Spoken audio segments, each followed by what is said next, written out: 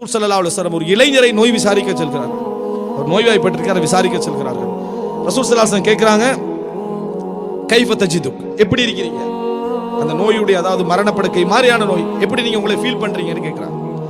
அவர் சொல்றாரு, அர்ஜுல்லாஹ வ அகாஃபு துனூபி, அல்லாஹ் என்னை சொர்க்கத்தில் நுழைக்க வேண்டும் என்று ஆசையாக இருக்கிறது, பாவங்களை நினைத்தால் பயமாக இருக்கிறது அப்படின்னு சொல்றாங்க.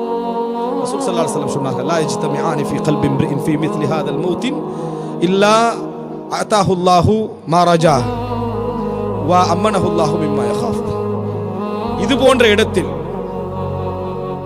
போன்ற இடத்தில் ஒரு முஃமினுடைய உள்ளத்தில் இந்த இரண்டும் சேர்ந்து வருமாக இருந்தால், இது போன்ற நிலையில் ஒரு உள்ளத்தில், அதாவது இது சேர்ந்து வருமாக இருந்தால், இந்த ரெண்டு எண்ணமும் சேர்ந்து வருமாக இருந்தால், அவர் ஆசைப்பட்டதை அல்லாஹ் கொடுப்பான், அவர் அச்சப்பட்டதை விட்டு அல்லாஹ் அவரை தூரப்படுத்துவார்.